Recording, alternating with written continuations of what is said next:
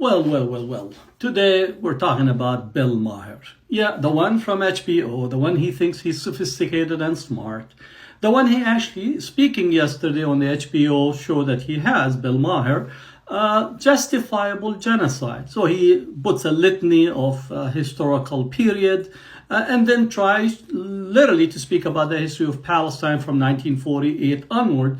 If you actually listen to his show and listen to the supposedly monologue that he put out there, it sounded exactly as possibly the Israeli Prime Minister's office puts out, or the Ministry of Foreign Affairs, or the Israeli military.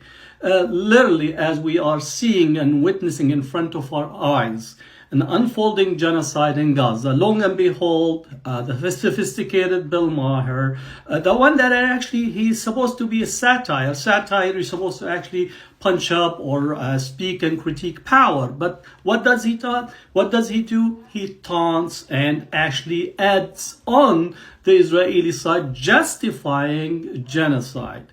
Now, you need to know Bill Maher from the time of the events of 9/11, where he critiqued the U.S. government, and for that he was pressured. He has been consistent in his Islamophobia, anti-Muslim, anti-Arab, anti-Palestinians, and also added to it a critique of Black Lives Matter and anyone and everyone, just to keep his, seat within the circle of power, within the circle of influence intact.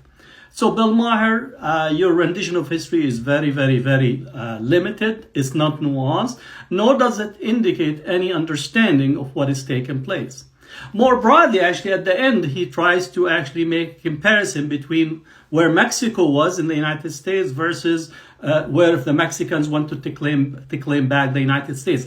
Even that was a cowardly attempt. Why didn't you actually mention this, the Native Americans' land that is the United States? And that's the fact that we had a genocide of Native population. That might be the most apt comparison if you want to justify the Israelis ethnically cleanse or pushing Palestinians out, since you say this is what happens in history, and you go to classical history, to pre-modern era, in order to justify your perspective. Why didn't you actually come specifically into the United States, into the genocide of Native American? I know it's a little bit too tough because you're going to be critiqued, especially at this particular time where the support for the indigenous population, at least, and the critique of U.S. history in there.